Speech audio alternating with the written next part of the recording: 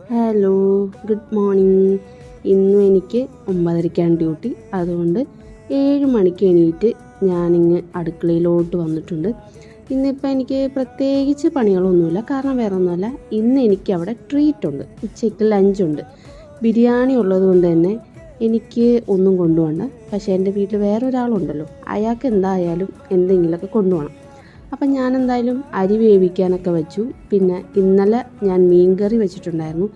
അതിൽ നിന്ന് കുറച്ചെടുത്ത് ചൂടാക്കി. പിന്നെ രാവിലത്തെ ബ്രേക്ക്ഫാസ്റ്റ് ഇഡ്ഡലിക്കും ഞാൻ റെഡിയാക്കി വെച്ചിട്ട് പിന്നെ ഒരു ചായയൊക്കെ കുടിച്ചു. പിന്നെ ഞാൻ കഴിച്ചത് ഇഡ്ഡലിയല്ല, ഞാൻ കഴിച്ചത് ഓട്സാണ്. എനിക്കെന്തോ ഇഡ്ഡലിയോട് വലിയ താല്പര്യം രാവിലെ തോന്നിയില്ല.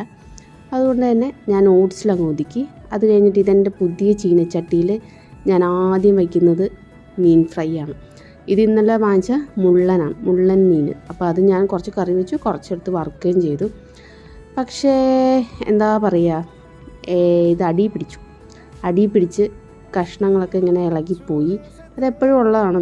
ഞാൻ മീൻ വറുക്കുമ്പോഴൊക്കെ ഇങ്ങനെ തന്നെയാണ്. പിന്നെ ഇന്ന് എനിക്ക് ചോറ് പാക്ക് ചെയ്യാത്തതുകൊണ്ട് തന്നെ ഞാൻ ബിജുവിൻ്റെ ലഞ്ച് ബോക്സാണ് ഞാൻ പാക്ക് ചെയ്യുന്നത്.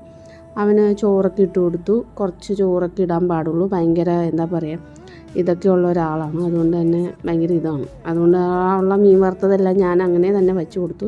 കുറേ കരിവേപ്പിലയൊക്കെ ഉണ്ടായിരുന്നു, അതൊക്കെ ഞാൻ അങ്ങനെ ഇട്ടു. അതൊക്കെ എന്തായാലും വേസ്റ്റാണ്, പോവും, കഴിക്കത്തൊന്നുമില്ല. അങ്ങനെ പിന്നെ മീൻകറി.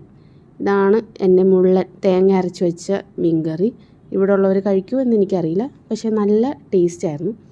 പിന്നെ അവനുള്ള ചോറെല്ലാം പാക്ക് ചെയ്തിട്ട് ഞാൻ പിന്നെ പണിക്ക് പോയി. ബൈ.